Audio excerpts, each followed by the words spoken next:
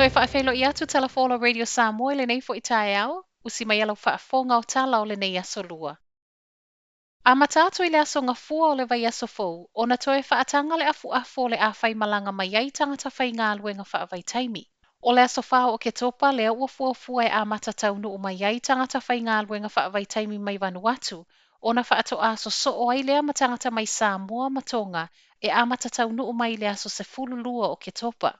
O le whaasilisilanga lea mai le Minister o whaatoanga na Nafi Damien O'Connor, ma ele ngata o se tala fia mo tata whai ngā luenga o lo sa ili ngā luenga mai le Pasifika, ai whaape I lato e ei whaatoanga I tutono o New Zealand. O I lato ma foi o le a whai malanga mai, e tatau na whaamalia I na umatu utu unga le soifua malolo I na au fiai le tatau na mai a whai le tui mua mua, ai ele I tu ua tunu olo o mai ai. Tau nu umai whaanofo e sea, ma whai asia ki e lua, mua le aso whaato atu lau ele ai, ma le aso lona lima. O le au whai whaatoanga o mafo I o loo langolango ina le awina mai o nei tangata ngā lulue, e tatau ono latu tapena ina whale o mai whaanofo e sea ai po le self-isolation, mo le na o le fitu aso, ma e le mo o mia le tau whaanofo e sea I no fuanga po o whale tali malo, o loo whaonga ina nei e le malo. Mo tangata ngā lulue e tau nu mai e na o tui mua wa umona whai, o le a whai I nei le tui lona lua. E le tali tonu ta mai tai pale miol ko vitina mawe kiwi fruit na awinatu I saina e mai New Zealand. O le whaiunga le vaiaso ta alwai le anasa wai tala I le mawe siaki whaalua na whaia I saina wa positive kiwi fruit mai New Zealand ko viti. I le finangalo Jacinda Ardern na Nafi, e ono le feso o ta I le siama le ua whaamaonia wa mawe kiwi fruit, ma le outbreak o lo o whiangai nei ma le atunu.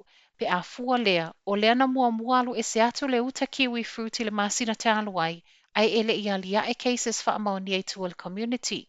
I nisa reporti o lo whailoa I le kamupania le Sisbury, le awina atu le kiwi fruit I maketi fafu. Kiwi fruit wa whaamaonia siaki mai Bay of Plenty, ma o lea na whaapusa I le masina o me, ele I lafo ina mai tauranga le masina talu ai. Ma ele I ai fo ini cases whaamaonia I tutono o whaatoanga, po o le au whai ngā luenga le kamupani o loo whaapusaina. O le vai aso nei e tatala mai ai awanoa mo I lātou e fia whai malanga I atunu I whafo mo fuafuanga whaapisinisi. Ai fo I mai le tau wo I no fuanga whaanofo e sea. Ai o le a mata I loa le whaanofo e sea I le whale po le self-isolation trial.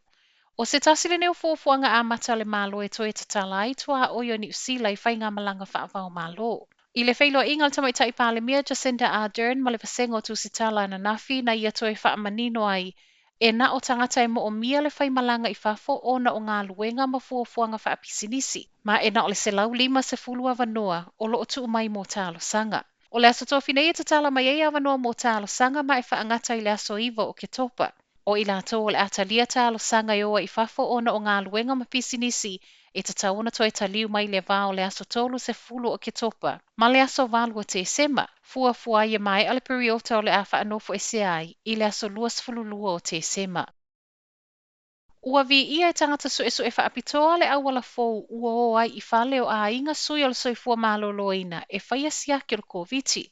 I to tonu au kilani e ono pito nu o lo tau lai e le soifua maloloina po o pito nu nei o lo o alia e mai ei cases I tuel community. Le e au fiai mangele, Favona, Otara, Manrewa, ma Mount Wellington, le ua wha o popo. Ua wha amauti noa mai ai le matanga luenga le soifua maloloina wha apele Northern Region DHBs o le a wha awa upeona nga I atu le au whai ngā luenga I vaengo au kilani o lo iai clusters. E se mai siaki o lo mawhai ai fwoi o na whai matui o lo COVID le taimi o lo whai ai nei asia singa I whale o ainga. Ma o le a whai lava fwoi ma le poto e ala I le tau si sia pea o le vā mo le puipuinga. Ma tala mule o le tae au, e ono tuai mai le mo o mia o tusi pasi wha maonia mo tui a wawhai ngā malanga wha vau malo. A he vave to tonu lava I o New Zealand. I le tali mai al pale mia Jacinda Ardern na Nafi, e ono mo o mia tusi pasi nei wa ta ua o vaccine certificates e wha maonia ai wa umatui a e mai se lava I la tau e anga I atu I kone seti ma wha ata singa te tele. O leo lo o wha awa o pia ngā luenga le soifua maluloina wha apele vaengo tiute, e tu whaatasia le tusi folau o tui lea e aloa ia, ma whaata ngai whe malanga inga I leo atu I whafo ma le toe fo I mai I New Zealand. A o langolango ina ia le toʻatele o tagata i ai le tomai faapitoa i suʻesuʻega o le faamaʻi, ua sauai foʻi ma le popolenga o le ono aʻafia ai ma lagona o i latou e lē mafai ona fai atu. Ai mai le faatonu o le soifua malōlōina Dr. Ashley Bloomfield e faamoemoe lava foʻi nei vaccine certificates i le maualuga o le foi numero o tagata kiwi e o atu ua mae a fai atu. O tala na o lenei taeao, manuia lenei aso.